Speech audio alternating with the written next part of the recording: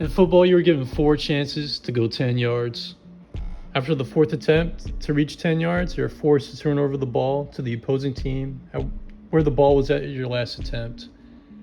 Therefore, most teams in a bad position on the field will consider punting on this fourth attempt. A punt is a long-term and safe investment in the game of football. You set up your defense for success by giving the ball away as far from your end zone as possible. Usually the punt happens on fourth down. It's snapped by a long snapper and then is caught and punted away by the team designated punter. Some of the most famous trick plays are a manipulation of faking a punt, resulting in some of the most interesting and clutch plays in the game of football. But we're not going to be talking about these today. Rather, we will be discussing their weird, homeschooled step cousins who they see 3 or 4 times a decade. Some of you might know what I'm talking about. It's the trick play where you trick your opponent into thinking that you're not punting. Where you have your quarterback punt, not on fourth down, but on third down. How does this make any sense? We're going to be discussing the aptly named quick kick.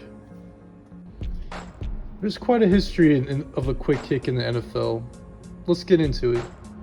Like most weird plays, like the fair catch kick or the drop kick field goal, it was much more common in the ancient days of football.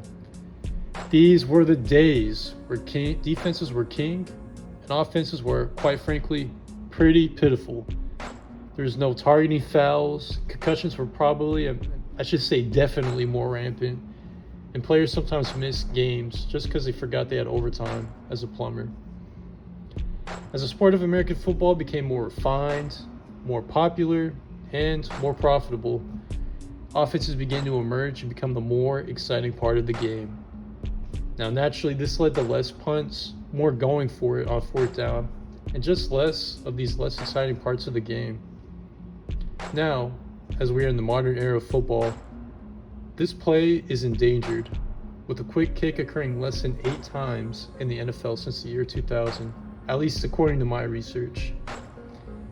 An interesting version of the quick kick made it much more common in the early versions of the XFL, however, where punts were recoverable by the kicking team if it went beyond 25 yards.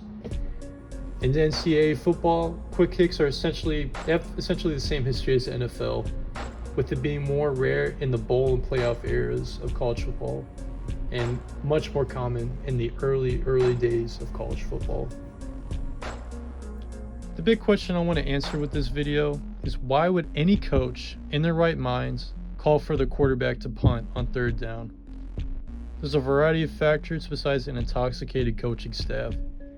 First, quick kicks usually happen when the offense is hopelessly far from the first down marker, meaning they need to come up with a play that gives them between 15 to 30 yards.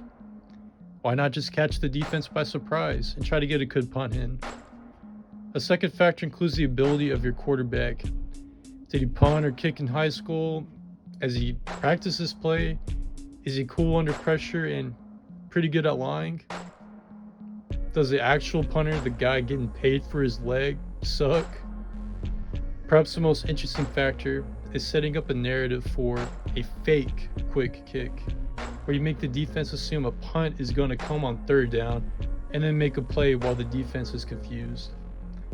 This is much more common in the early days of football, and potentially, and I'm going to emphasize potentially, could be the reason why Belichick has done the quick kick as often as he has, and explains why he did that weird 2013 playoff quick kick with Tom Brady on 3rd and 10. Be sure to look out for a quick kick compilation I plan on making, showcasing as many videos as I can of this weird and wacky play. Thanks for watching. Make sure to subscribe to the 1-point safety movement and spread the word that a 1-point safety must and is going to happen in the NFL. Thanks, guys.